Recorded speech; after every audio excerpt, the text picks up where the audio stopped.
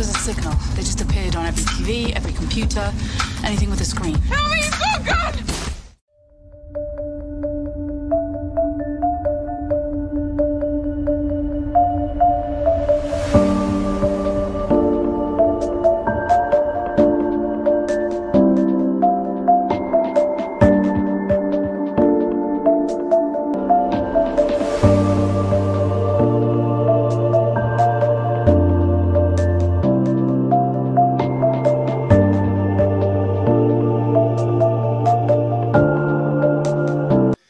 Boa noite a todos e a todas. Foi com muita honra que eu recebi o convite aí da Liz para participar desse debate junto aí a várias autoridades aí no tema, né? Então, vou começar me utilizando do atrevimento de falar de filosofia também, que é uma das áreas que quem é aluno meu sabe que eu gosto muito, até por conta da influência que eu tenho de vários professores. E sei que tem o professor Oneide aqui, também vou colocar a cara a tapa no que eu vou dizer. E a minha apresentação é bem breve. Eu sou formado primordialmente em computação, já há umas 2 décadas que eu trabalho na área. E depois formei em Direito também, e venho trabalhando com Direito Digital já há algum tempo. A própria Liz já foi aluna minha, a gente já teve o prazer de trocar ideias na própria Escola da Magistratura.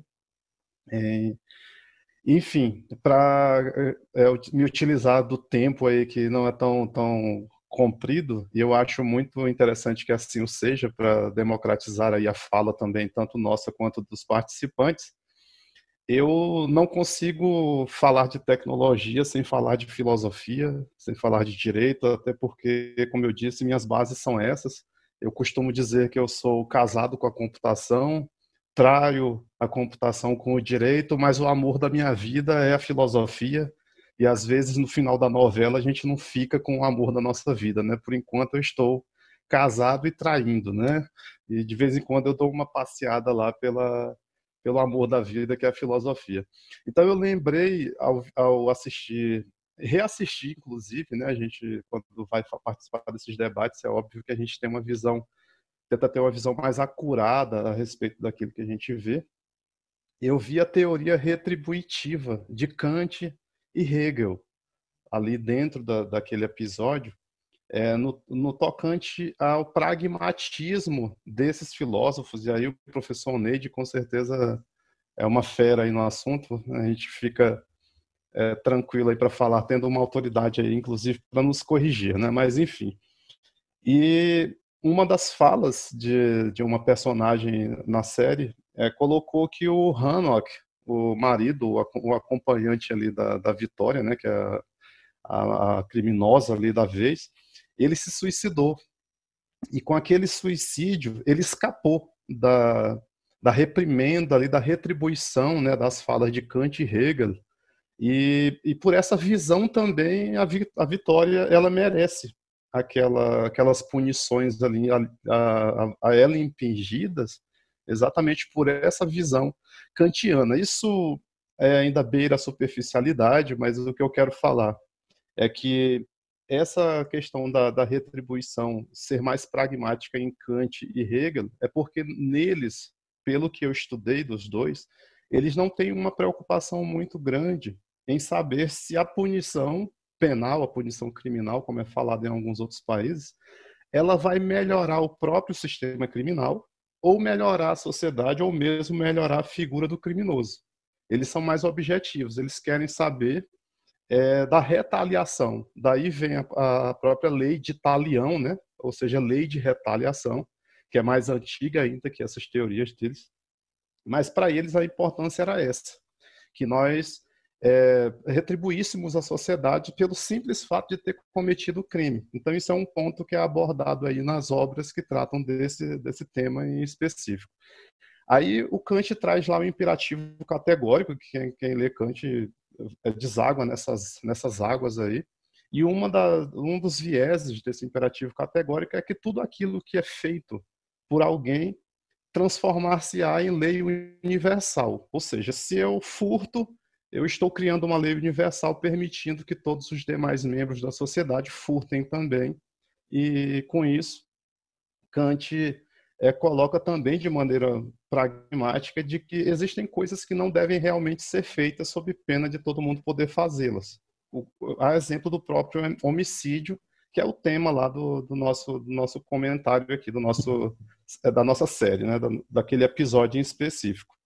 E agora o aspecto que eu trago com mais valor aqui para o debate, em relação ao imperativo categórico, é o de não tratar os seres humanos como meio, mas como fim. Então tem uma cena, aquela cena da furadeira, onde a própria Vitória ela diz: por favor, vocês não vão fazer nada, eu sou um ser humano. Ou seja, ela estava provocando ali a inversão da coisificação. Ela queria sair da coisa, do monstro que ela foi transformada, para que as outras pessoas entendessem: poxa, eu também sou um ser humano. Ou seja, nesse tocante, o imperativo categórico ele já servia para relembrar que, sim, a pena ela tem que ter a função de ressocialização. Então, a gente vê hoje justiça restaurativa e outras formas de justiça social que elas se atrelam a um conceito que era pragmático na época de Kant, mas que já trazia essa visão humanística da utilidade, né? Aí, se eu for falar também utilitarismo, a gente vai cair em Bentham, em Mill, que também para eles, à época, eles já enxergavam que não havia muito sentido a própria pena de morte, exatamente porque colocar as pessoas presas daria para os observadores, que era a própria sociedade, um sentimento mais perene de justiça, entre aspas, né? Eles não entraram na seara das torturas, mas pelo que a gente estuda, à época acredita-se até que isso seria de todo valioso, porque o utilitarismo prega que o resultado de uma ação ele é bom se ele atinge a maior quantidade de pessoas.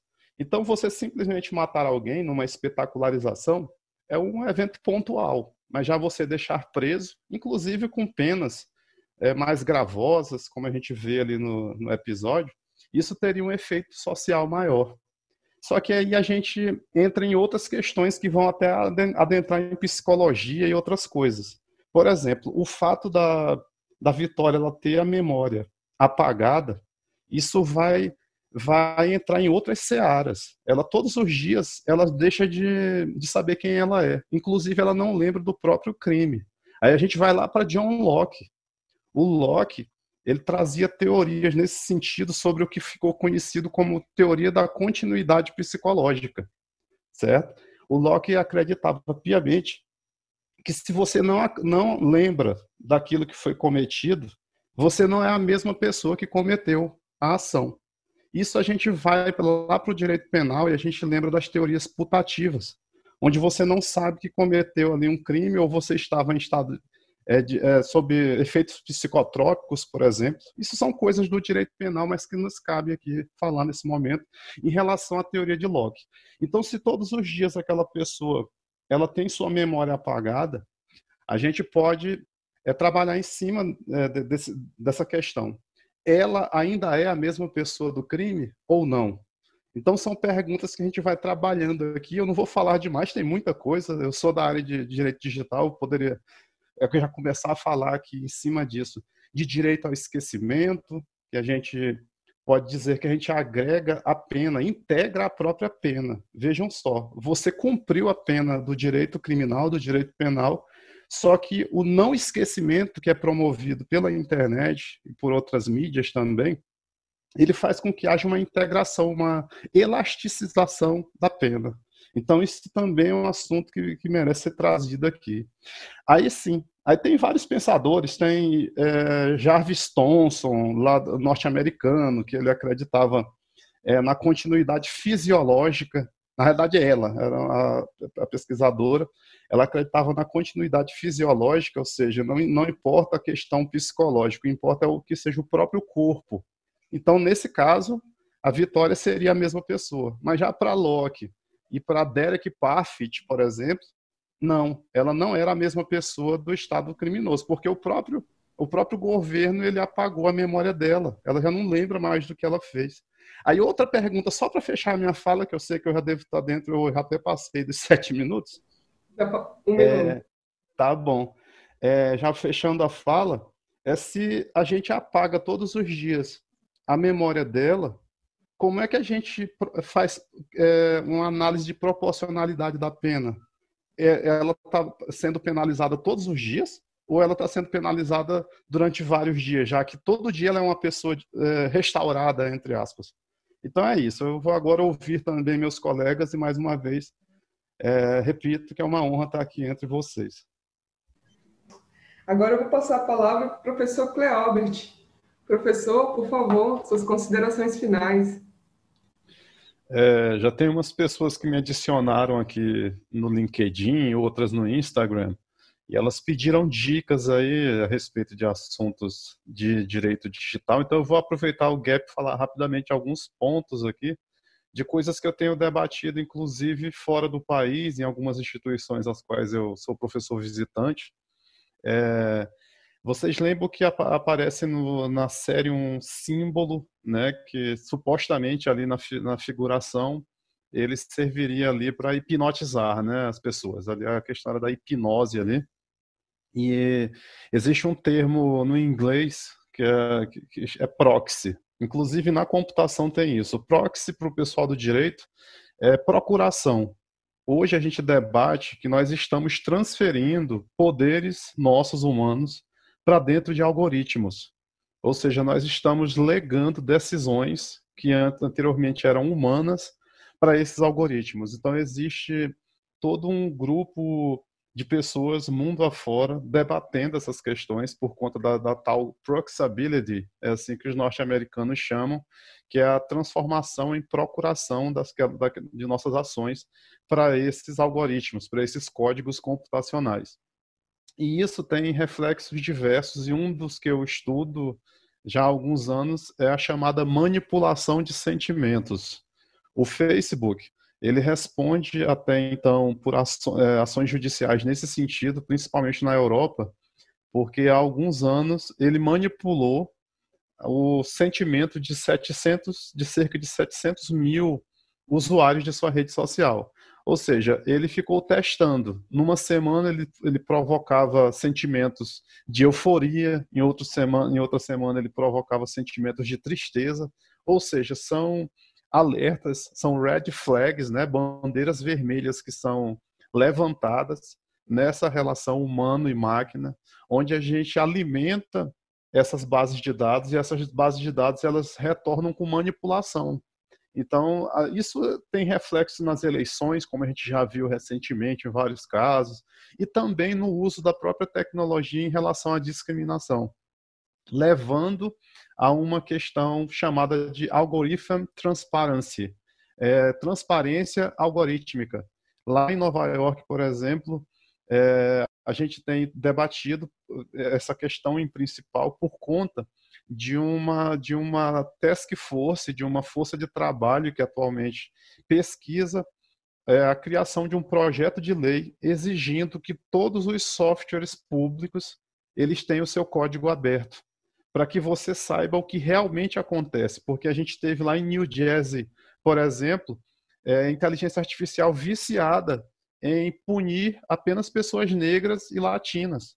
Então, isso tudo já é realidade. A gente está instrumentalizando. A professora anteriormente falou sobre instrumentalização. Eu lembrei da escola de Frankfurt, onde existe a instrumentalização da razão. Eles tinham ojeriza isso.